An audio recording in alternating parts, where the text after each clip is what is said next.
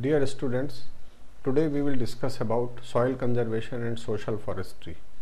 The topics which will be covered in the discussion, they will be soil erosion, the control of soil erosion, soil degradation, reclaiming the soils, watershed approach, government programs related to soil conservation, then alternative uses of wasteland, role of fly ash in soil reclamation, soil-less agriculture, social forestry is for future, and then way forward, and finally we will sum up our discussions.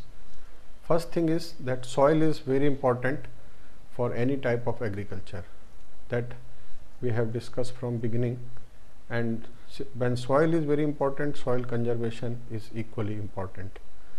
And there are various factors which may be natural or which may be man-made, due to which degradation and erosion takes place. The process of soil erosion or degradation, it has a long-term effect on the water resources also, and the water management structures also, like our dams, barrages, canal, etc. And the area involved in this process, it is very large, so government has to take initiative because they are the final owner of the all land, and the local communities have to be involved in this process. And every year new areas are added into this problem, and there are various factors like deforestation, chemical fertilizers, water logging, excessive irrigation, etc., due to which this problem is increasing. Presently, if we see, the water erosion affected lands are 26.21 million hectares. Similarly, wind erosion 17.77 million hectares, vegetal degradation 17.63 million hectares. In total, 81.45 million hectares land is under threat of degradation. First topic which we will discuss in detail is soil erosion. Soil erosion is nothing but it is slow removal of the topsoil cover due to either wind or water. Because topsoil is very important for any crops, this soil erosion has to be stopped. The topsoil is the most fertile zone, it is known to each and everybody, and agriculture is basically sustained only on the topsoil. In India, about 50% of the land in agriculture is in the threat zone of the erosion. And there are many phenomena which are responsible. It could be either natural or it could be man-made. And we can control about 70 to 80% of the soil erosion. It cannot be controlled to the extent of 100% because it is a natural process also. There are various types of erosion. One is normal or geological erosion. This is a natural process and it takes place very slow. Hundreds of years are required for seeing any prominent change in the features of the earth which is affected by natural or geological erosion. There is an equilibrium between erosion and formation of soil, and fertile topsoil remains there, and depth is also maintained, physical qualities are also not altered, and there is no disturbance to the overall productivity of the soil. Then out of the various regions, one of the important region is wind erosion, and wind erosion takes place generally in the areas which are arid or semi-arid because of the less vegetation. Velocity of wind is high in these areas. The dry soil on the surface are blown off as the dust storms. Dry soil, because it is light in weight, it is very much susceptible to the erosion. Velocity of wind, when it is reduced, the soil particles which are heavier, they are deposited in the form of sand dunes, and the fertile lands, they become unfit for the cultivation, and slowly the desert grows towards the already cultivated lands. The fertile soil is blown away by winds to other areas, and the subsoil is exposed. As a result of this, productivity of the soil is reduced slowly. Another area of the soil erosion is accelerated soil erosion. This is fast erosion and generally due to loss of protective cover of grass or vegetation, this type of erosion takes place. This erosion rapidly destroys the land and it is much serious as compared to other type of erosion. Generally, scientists say that about 300 to 500 years are required to build up an inch of the soil. But if the practices of soil conservation are not adopted or wrong practices, agronomical practices are wrong, then it can be eroded within a few hours of rain. So this is the serious loss. The water is very essential for agriculture, but water can also cause a lot of damage to the soil if the soil structure is not conserved or we don't take the steps for reducing the erosion. The three forms of erosion are sheet erosion, rill erosion and gully erosion. And the phenomena could be natural or it could be man-made, it could be slow or it could be rapid. You can see the formation of rills on the ground in the pictures. Similarly, the effect of water erosion. The first or basic type of erosion by water is sheet erosion. This is a slow acting process and slowly a thin covering of the soil is removed from large areas and year after year this is done. This type of erosion is very slow but it is harmful in long run, and farmers or users, they are not very much concerned because ill effects are very long term and they neglect and the deterioration takes place very slow. Generally, if we see the streams and find that muddy color water is coming and turbidity is very high, then we can say that such type of erosion is taking place in the area. Another erosion is rill and gully erosion. Rill erosion is development of small tiny groups in the field due to flow of the rainwater, and the soil flows with the rain year after year with every rain. Next is gully erosion. If we do not take care of the rill erosion, and the rills will be deeper and deeper year after year and they will form the channels, and this is called gully erosion. Gullies are the visible evidence of flow of topsoil.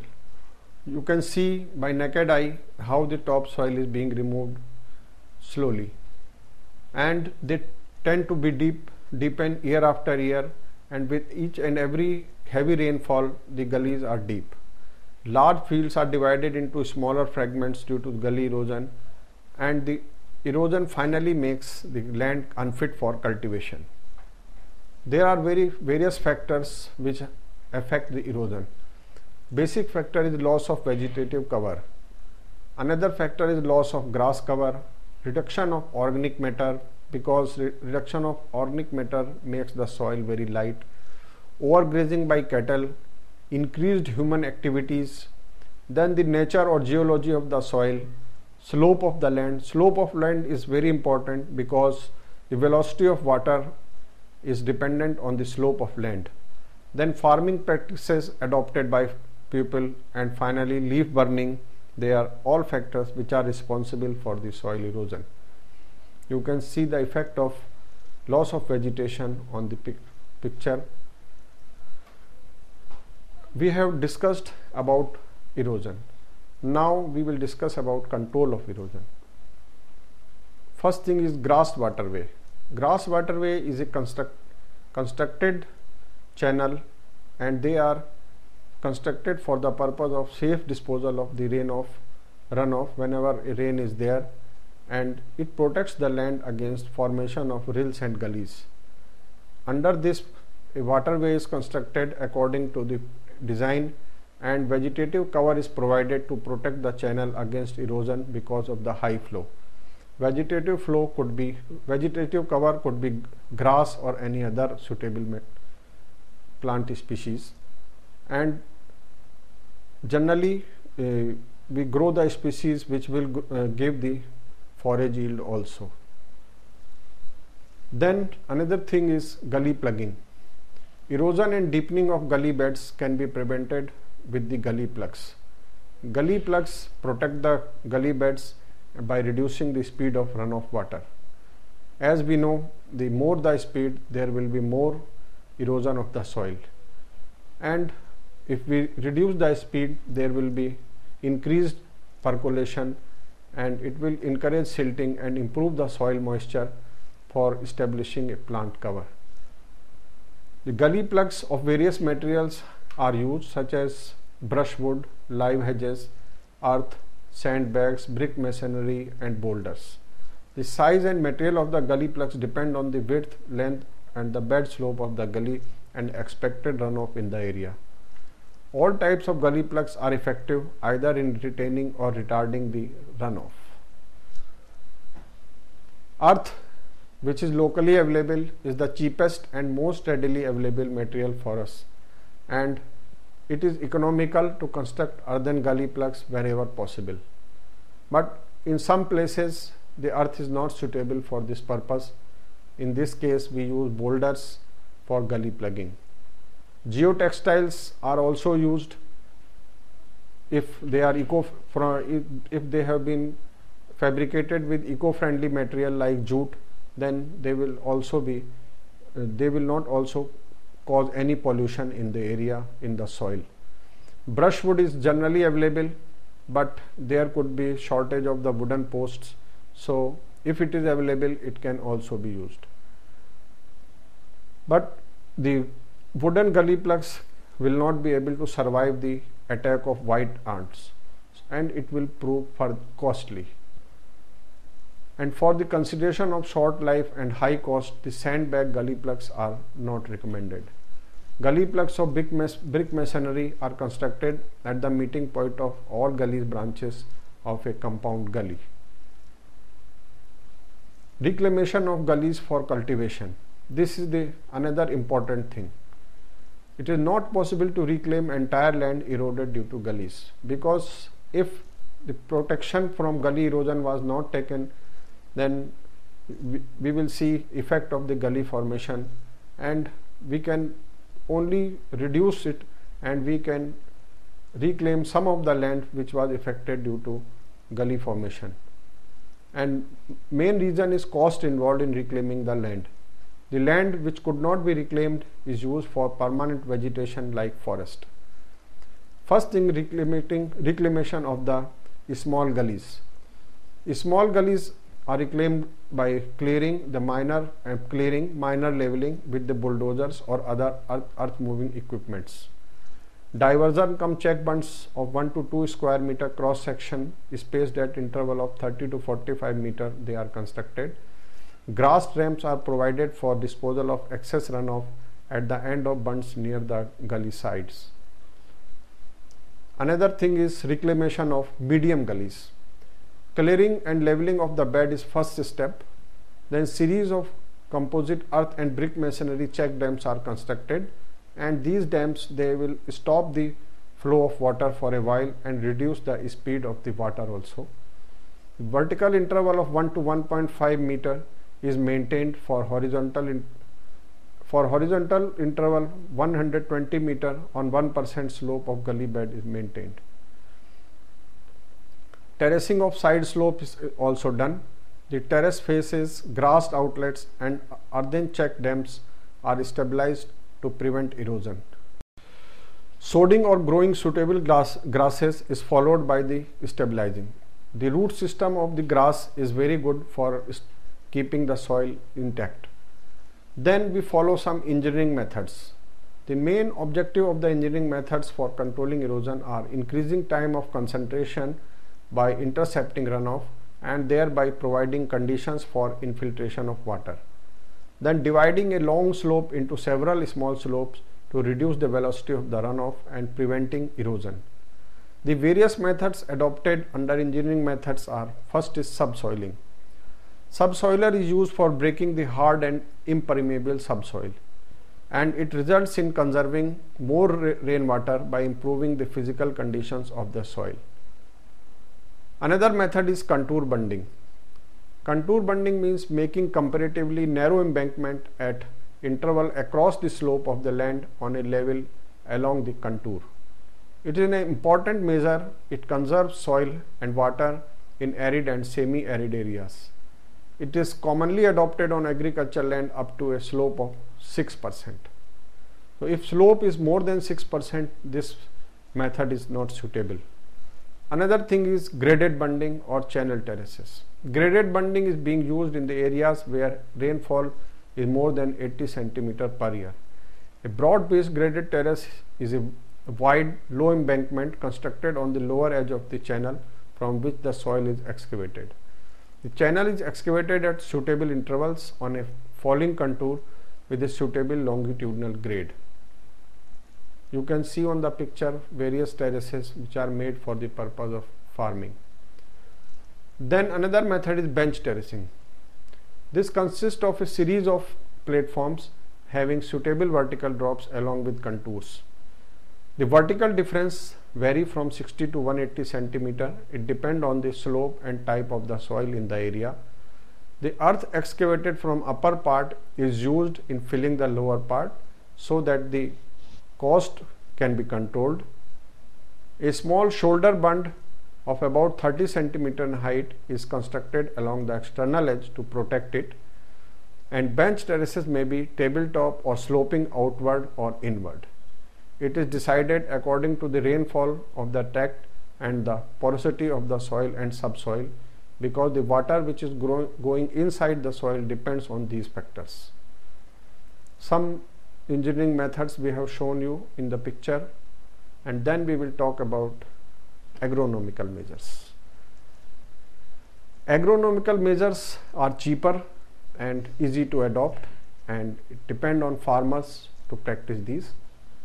Agronomic practices for soil and water conservation help to reduce the splash effect of the raindrops.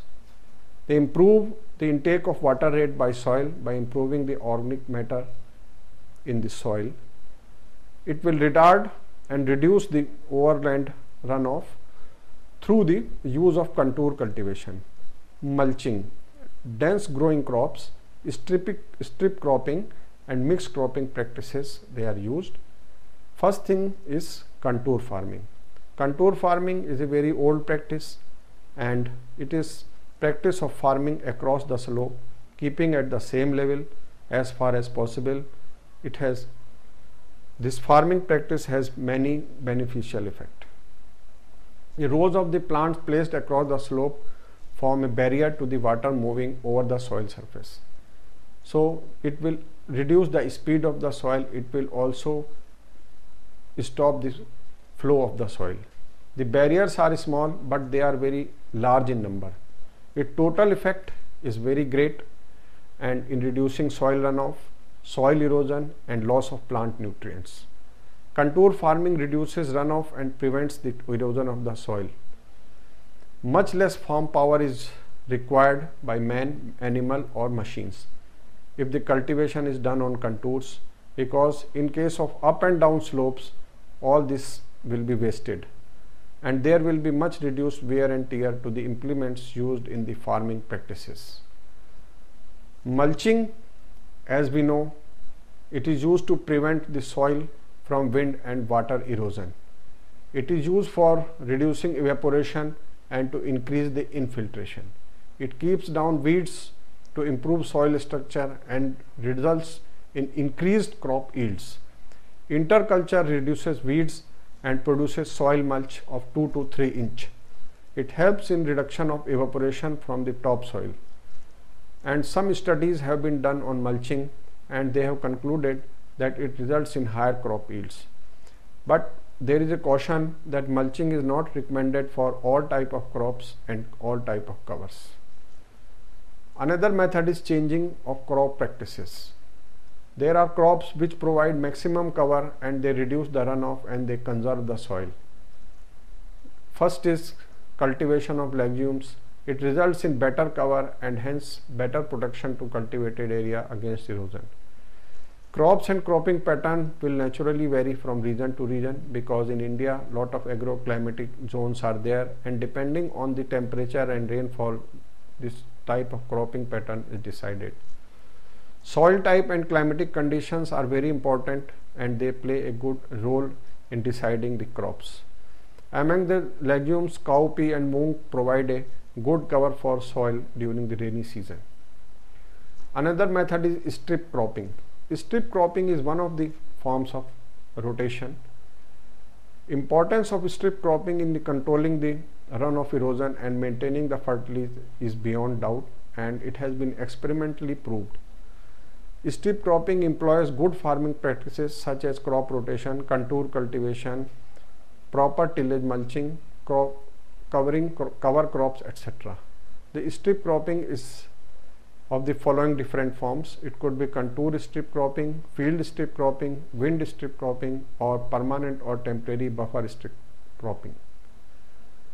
Mixed cropping. Mixed cropping is another area. Small size of holdings is the main reason for lack of interest in strip cropping. Due to this, Indian farmers have been interested in mixed cropping, which is adopted by them since ages.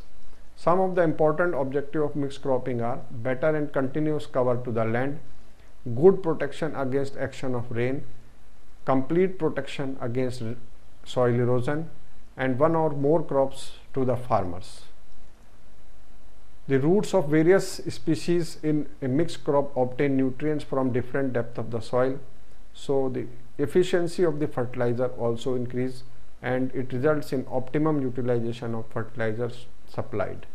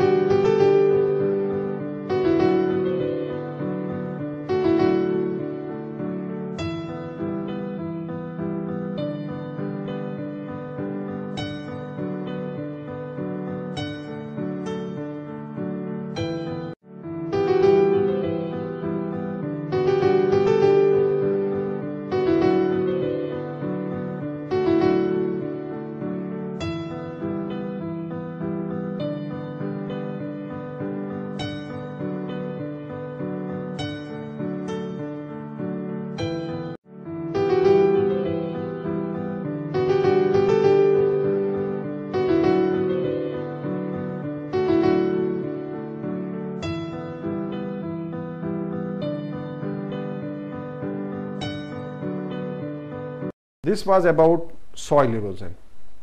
Now we will discuss another topic, that is soil degradation. Degradation is another threat to soil apart from the erosion.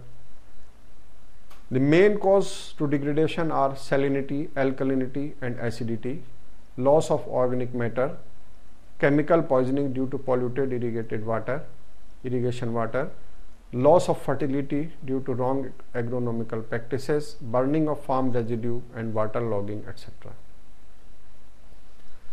First is soil salinity and alkalinity. Soil salinity is a major threat to agriculture land in India. It is one of the main factors responsible for degradation of soil in some of the states.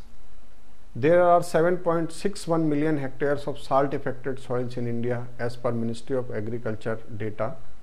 The extent of problem area as given by different sources, it is from 8.56 million hectares to 10.9 million hectares. Water logging affects another 8.52 million hectares, mainly in irrigation command, which includes some of the saline alkaline soil also.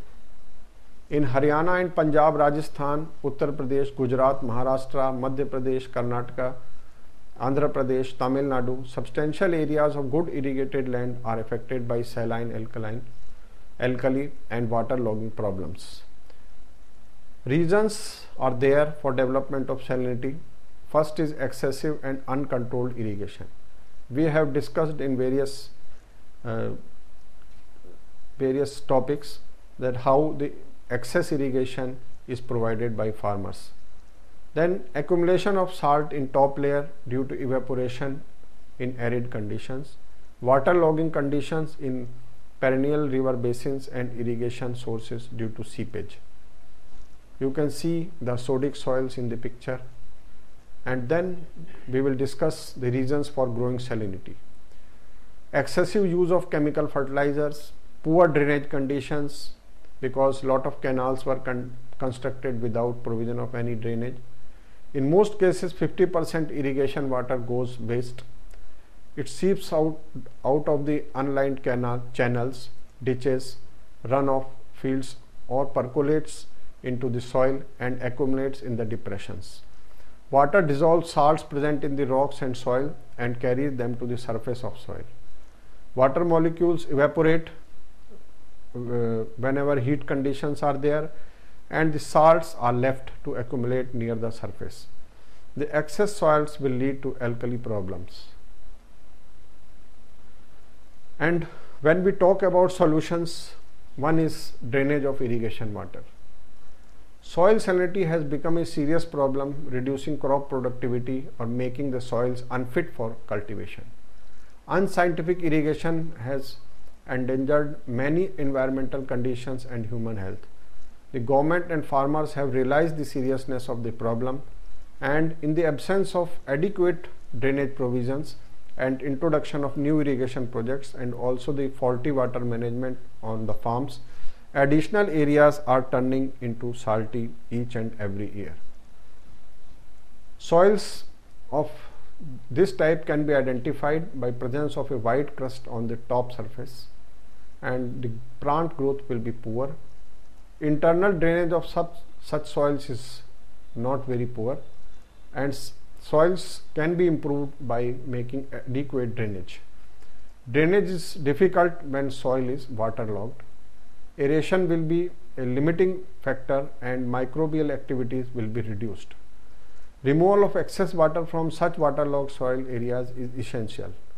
Sodic soils containing excess sodium, because extremely waterlogged, as the soil porosity is lost and water do not percolate down very quickly.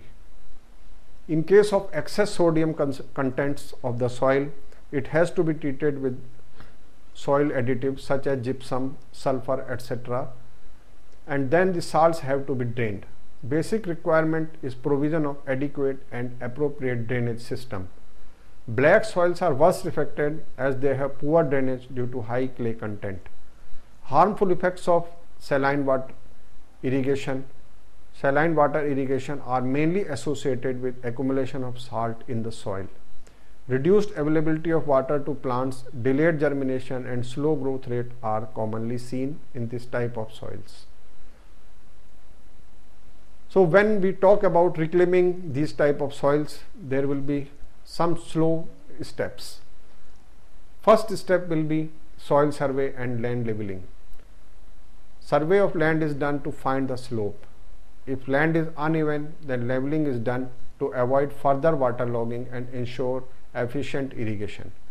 Contour map of the area is obtained to know the slope. Lateral lines have to be aligned along the slope based on the general slope. The outlet of drain should have extra pipe to take the water up to natural drainage system. The outlet should be above the drain for natural water flow. Then soil sampling. The reclamation of the salt affected soils require proper diagnosis to know the intensity of the problem. It will help in finding the measures required for its control with available materials. Soil and water samples, they should be tested in the laboratory. Collection of soil and water samples is the basis of the correct diagnosis, whether soil is saline, alkaline or saline alkali both. Based on test results, the type of treatment is decided by the scientist. The first step is making trenches. Depth of the drainage system depend on the crop and the natural outlet level. Generally, drain pipes should be laid below the root zone. In case annual crops, the pipes can be laid in about 1 meter below the ground level, excavation of trenches should always be started from the outlet, and trenches can be kept free from accumulated water by this method. Work should be done as far as possible in dry season. Then another step is laying PVC pipes and sand filling around the pipes. PVC pipes are cut according to size and laid down in the trenches. Care should be taken that perforated pipes are laid in the lateral trenches and blind pipes in the main line.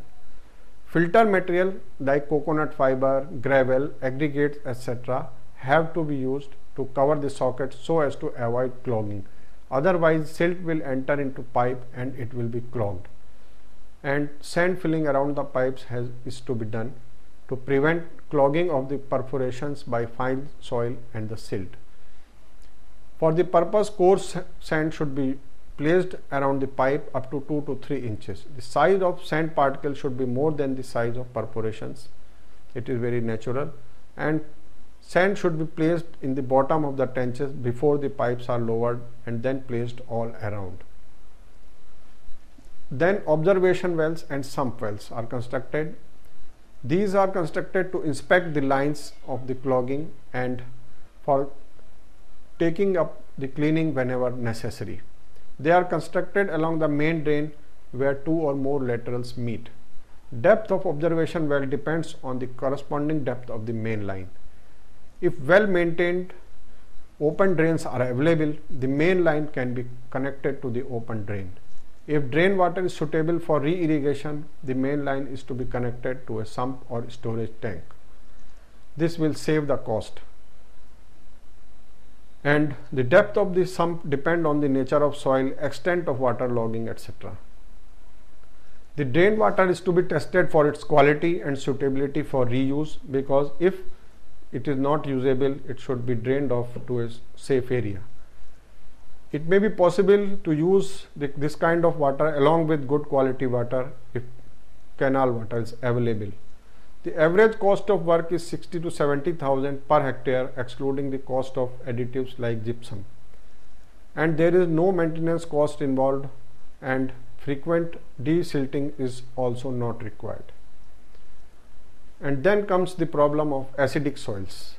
We have to reclaim the acidic soils also. It could be acidic due to natural contents of the soil, or continuous use of chemical fertilizers like ammonium sulfate or urea can also cause acidity. Disposal of certain agriculture waste products also make the soil acidic. The acidic soil can be reclaimed by using various basic materials like limestone, burnt lime, hydrated lime, etc. The quantity to be added in the soil is decided on the basis of laboratory test of the soil. Then we have another problem, that is the reclaiming of the soils with reduced organic matter. Loss of organic matter is mainly due to improper use of the farm nutrients. If more chemical fertilizers are used, then slowly the organic matter in the soil is reduced and the activity of microorganisms is reduced. We also find that water retention capacity of such soils is low. Continuous cropping with inorganic fertilizers is main reason behind this problem. Addition of farmyard manure, compost, green manure and farm residue regularly can solve this problem without much of the expenditure. We have discussed this thing in detail in organic farming. Then another thing is reclaiming the chemically polluted soils. Such soils are generally found near the cities.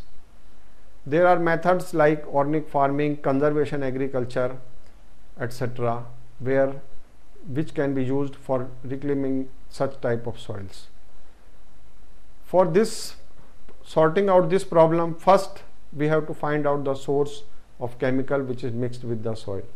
It may be irrigation water from deep aquifers or a nala where the industrial waste is discharged. The source should be changed immediately, and top layer where high chemical concentration is there, it should be removed.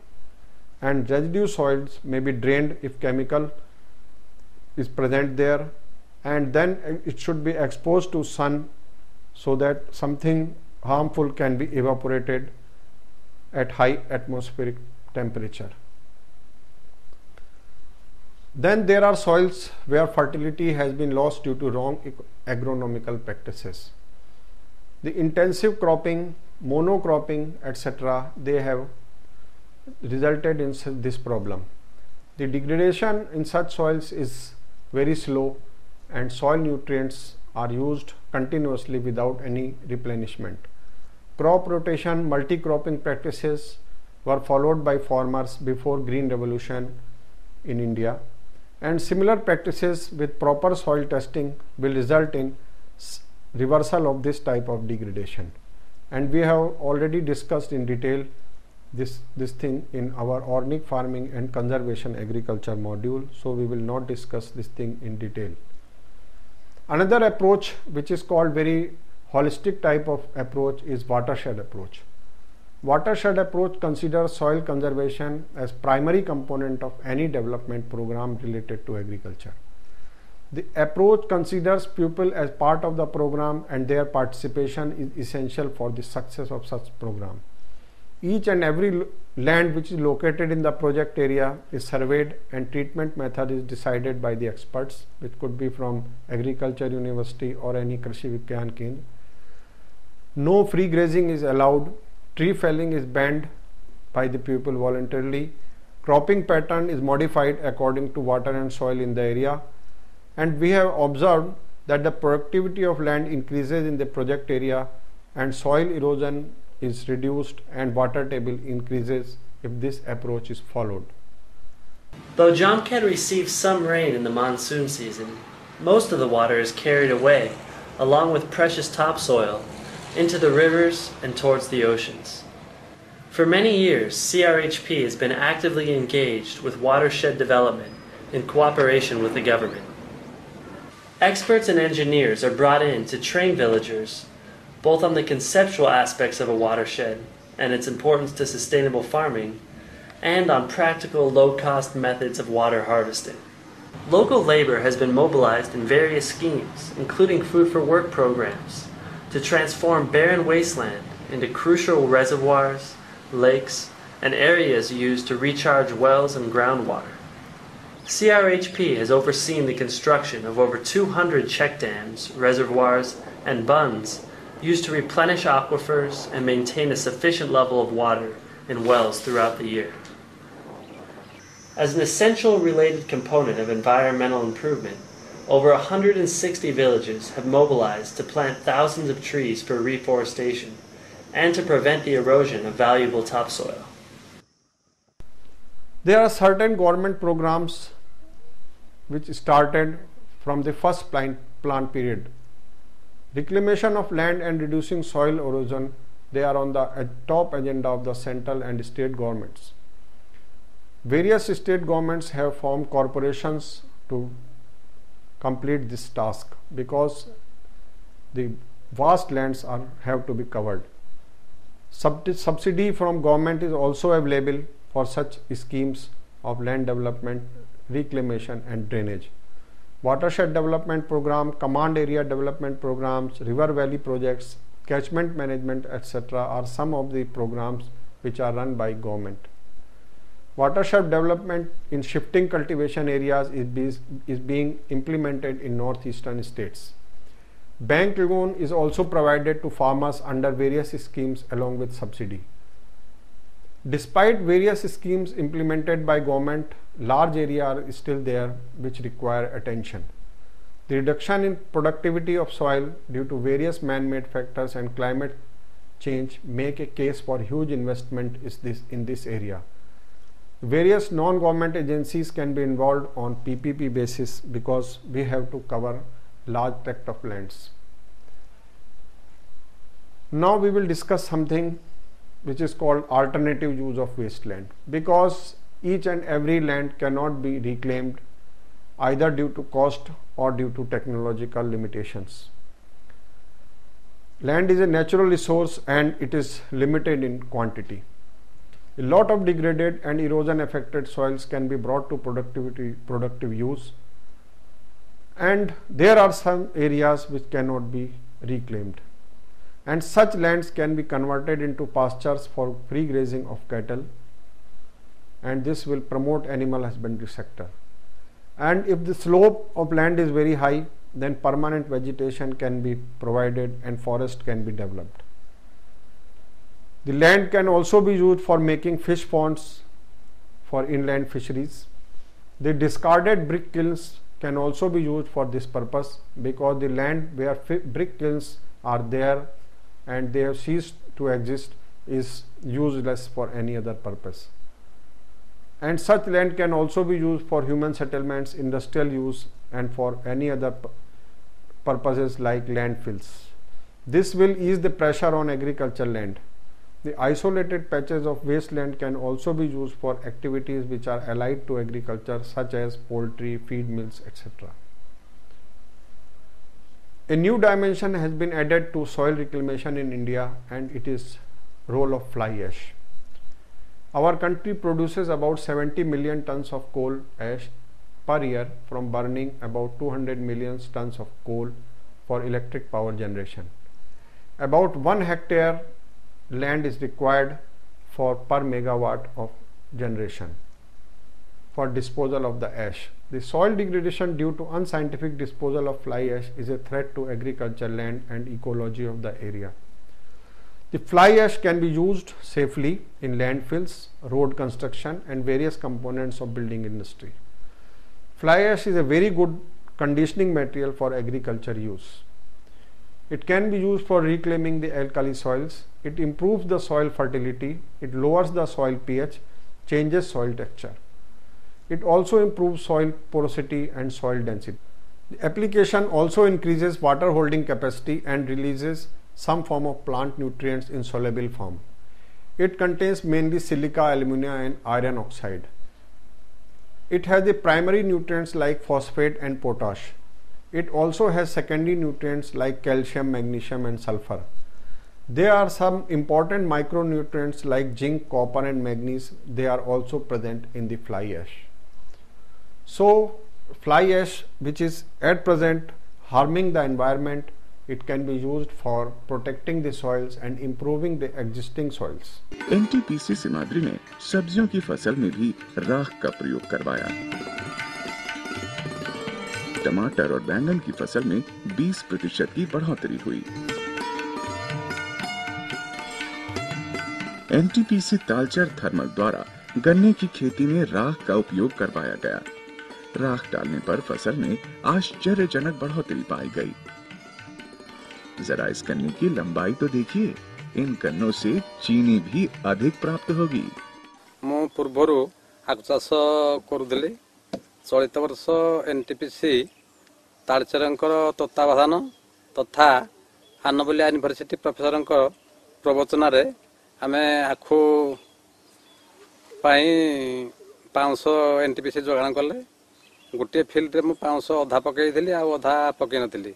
जो अधा 500 वितरण कराइदेला से percent रे आखु लंबा मोटा एवं हल्का माटी है। अब देखिए वो गन्ने जहां पर राख नहीं डाली गई थी। फसल हल्की है और गन्ने की लंबाई भी कम है। आप जानते हैं कि बंजर समझी जाने वाली भूमि में भी राख ने अपना चमत्कार कर दिखाया और उसे उपजाऊ भूमि में बदल दिया। मुझको प्रोत्साहित किया कि नहीं, राख से अच्छी पैदावार होगी। हम इनको इतना खराब खेत दिया कि उसमें पौधा नहीं उग रहा था, तो इन्होंने मेरे खेत में राख डलवाया और अपने ही सामने इन्होंने उस खेत को जुतवाया, बोआई कराई, सब कुछ कराया। तो इसके बाद में बीज बहुत अच्छा हुआ, बहुत अच्छा पैदावार मिला। करीब आधा एकड़ में धान लगभग 8-9 कुंटल के लगभग हुआ। हमारे खेत के ऊपरले हिस्से में जो है बहुत अच्छी पैदावार होती थी, लेकिन निचले वाले खेत में जो कुछ नहीं होता था, ये बंजर भूमि थी। इसमें हमारा बीज भी जो वापस नहीं आता था। एनटीपीसी वालों से मुलाकात हुई, उन्होंने बोला कि आप इस बंजर भूमि में हमारी राख डलवा लीजिए। हमने जो है उनकी कहने के अनुसार इसमें राख डलवाई और हमारे इस खेत से कम 50-60% जो है ज्यादा पैदावार हुई।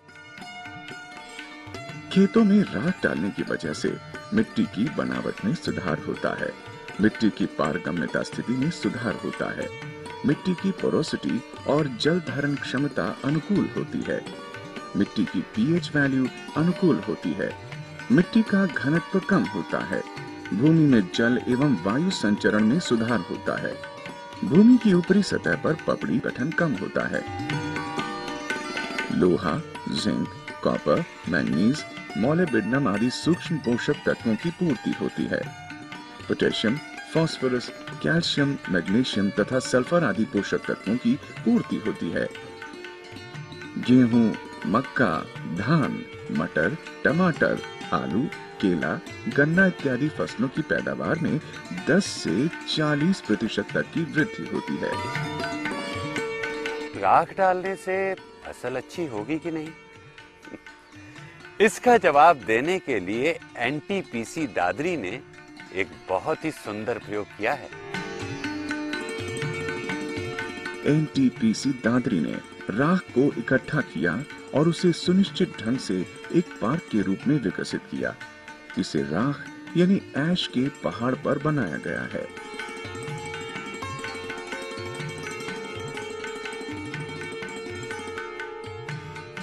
चारों ओर प्रकृति की खूबसूरत छटा है। सोचिए, यहाँ पर तो पेड़ पौधे वनस्पति राख पर ही पैदा हो रहे हैं। यहाँ तो मिट्टी है ही नहीं। जब ये राख आपके खेतों में मिट्टी के साथ मिलेगी तो आपकी फसल भी तो लहलहा उठेगी। आपके खेतों में पैदावार बढ़ाने के लिए राख बहुतायत में उपलब्ध है, उपयोग कीजिए। थर्मल पावर प्लांट्स जो बहुत सारे हमारे देश में चल रहे हैं, उनसे फ्लाई ऐश निकलता है। ये देखा गया है कि बहुत सारी फसलों में और बहुत सारी हमारे जो मिट्टियाँ हैं उनके ऊपर जब इसके ट्रायल्स वगैरह किए गए हैं तो काफ़ी अच्छे उसमें साबित हुए हैं और 10 से 20-30% जो है वो खेती में उपज में वृद्धि हुई है। राख का कृषि में उपयोग करने से जहां एक और उपज बढ़ती है, वहीं औद्योगिकरण से उत्पन्न हुई इस राख का सही इस्तेमाल हो जाता है। Another thing when we discuss about soil is the soil-less agriculture, because there is increasing pressure on land and non-agriculture use is increasing and it is resulting in reduction of the cultivable land. Technology is being developed to grow the various crops without soil, and this practice may also result in development of multi-storied farms. Coconut husk or other mediums are used as a base for providing nutrients to plant. This technology also saves amount of water required for crops, and required nutrients for plant growth are dissolved in water and they are provided to plants. Hydroponics and aeroponics are also considered as part of soil-less agriculture. There are some advantages that no soil is required, the water remains in the system and it can be recycled, resulting in low water cost. Control of nutrition level results in lower nutrition cost. No pollutants are released. Yields are stable and high, and pest and disease control is very easy.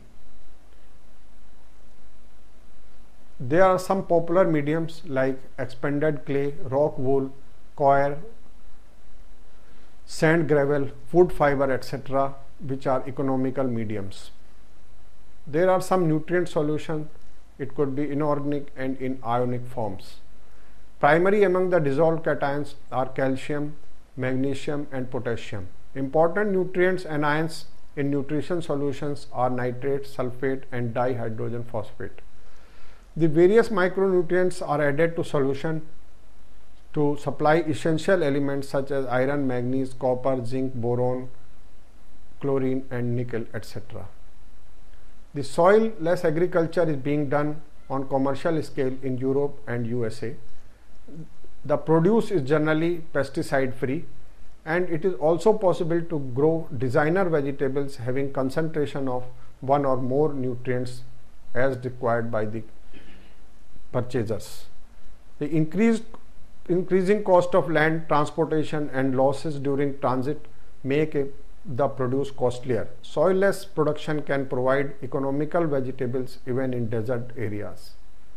Hi everybody, this is week 9 of the Urban December 21st, 2010. It's been raining here, so the greenhouse is covered with condensation, but all the plants are doing really fantastic inside. Here's a look at the inside of the urban food farm. The total growing space is 144 feet. You can see how healthy and green everything is. We're all pleasantly surprised by these results, seeing that this is all happening in the month of December.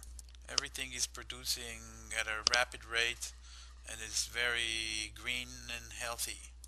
Here are some chives and basil, mint, and in the center the cucumbers, the tomatoes. The zucchinis are all flowering. There's one in the back also coming up that has like an open flower. It's so pretty. There we go. Here's the right side of the greenhouse. The second level with the lettuce and the celery. That's also been growing at a pretty rapid rate. Here are the microgreens that are recovering very well from our harvesting. We haven't been harvesting them too much, but the patches are recovering well. And the strawberries in bloom and producing fruit. Last but not least, here are the tomatoes. I can't wait to eat those, they look so good. But also note that there's extra space down here for rotation to plant new tomatoes when those grow all. So this is the area where a lot of research is required in our country also. And next comes the social forestry. Because forestry and agriculture go hand in hand, the National Commission on Agriculture, Government of India, first used the term social forestry in 1976. The aim was taking the pressure off the land of the forest and making the use of all unused and fallow land. Government forest areas that are close to inhabited areas and have been degraded needed to be afforested. Trees were to be planted in and around agriculture fields. Plantation of trees along with railway lines, roadsides and river and canals banks were carried out. Trees were planted in village common land, wasteland and panchayat land. Social forestry also include raising plantation by public so as to meet the demand for timber, fuel, wood, fodder, etc. It reduces the pressure on traditional or reserve forest area. Traditionally, the concept of village forest to meet the needs of the rural people existed in India in various parts. An introduction of the scheme has accorded government's recognition to communities' right to the forest resources. And our government is now encouraging participation of rural people in management of the natural resources. Social forestry schemes ensure community participation for afforestation and rehabilitating the degraded forest on the common land. The need for a social forestry was felt as India has a high rural population that uses fuel wood and biomass for cooking and other purposes. Demand for fuel wood is not likely to come down, but the area under forest will reduce slowly. Social forestry schemes can be divided in 4 parts. First is farm forestry, community forestry, extension forestry and agroforestry. Commercial and non-commercial farm forestry is being promoted as part of social forestry. Farmers are being encouraged to plant trees on their farms to meet the need of family. Tradition of growing trees on boundary of the farm already existed in many parts of our country. Non-commercial farm forestry is important part of most of the social forestry projects. Farmers generally grow trees for fuel, structural wood, but they are also growing trees without any economic motive because of the traditions. They may do it for providing shade for the agricultural crops as wind shelter, soil conservation or use of the non-productive wasteland. Then comes the community forestry. Planting trees on the community land is taken up under the social forestry program. This program aims to provide community for community and not for the individuals. Government provides seedings, fertilizers, and the community takes responsibility of protecting the trees. By this, government is relieved from the responsibility of employing forest guards or other employees for protection of the forest. The communities manage the plantations and they do it for their own benefit, and the village continues to benefit for long. In some cases, the people took advantage and sold the timber for short-term profits. So it was misused also. Large-scale plantation of eucalyptus and babool has taken place in India in last 25 years in this community forestry. So it depending on the communities, the forest of this type can be saved or can be destroyed. Then comes the extension forestry. Planting of trees on sides of roads, canals and railways along with the planting on the wasteland is considered as extension forestry. It helps in increasing the boundaries of forests without including more areas to the forest land. The schemes for afforestation degraded government forests that are close to village are being carried out all over the country. It results in productive use of non-productive land, and it also saves the land from encroachment because the otherwise open land is susceptible to encroachment. Focus has shifted from eucalyptus due to high water requirement. And agroforestry is finally, it is planting of trees on and around agriculture boundaries and the marginal private lands in combination with agriculture crops is known as agroforestry. Mainly poplar, sesame, babool, etc. are grown, and social forestry schemes have been started all over the country. They have made a considerable difference in overall forest cover in short time. Now we will discuss the scope for this activity in future. Energy plantations can be taken up under social forestry programs to reduce consumption of fossil fuels. Social forestry helps in soil conservation and works as a barrier to desertification.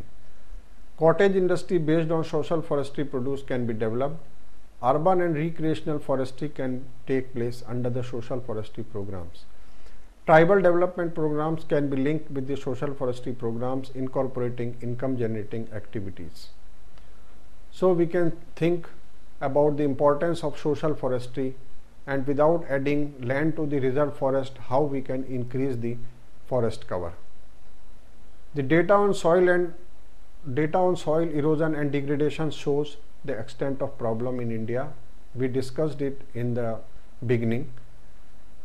The food security issue is there, and it is directly related to availability of suitable land for cultivation.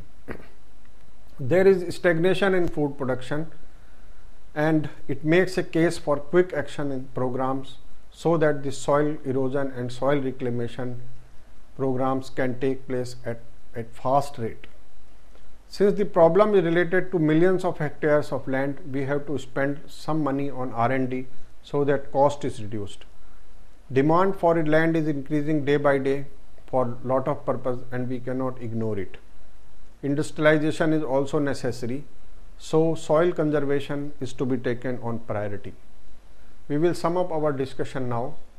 We discussed about various issues related to soil conservation and reclamation. We require action on war footing to conserve the fertile soils and check the growth of deserts. Soil reclamation is one of the important strategies to achieve the food security. Holistic approach like watershed development can be adopted for soil and water conservation. And education of farmers, may be taken as first step to tackle this problem. Thank you all.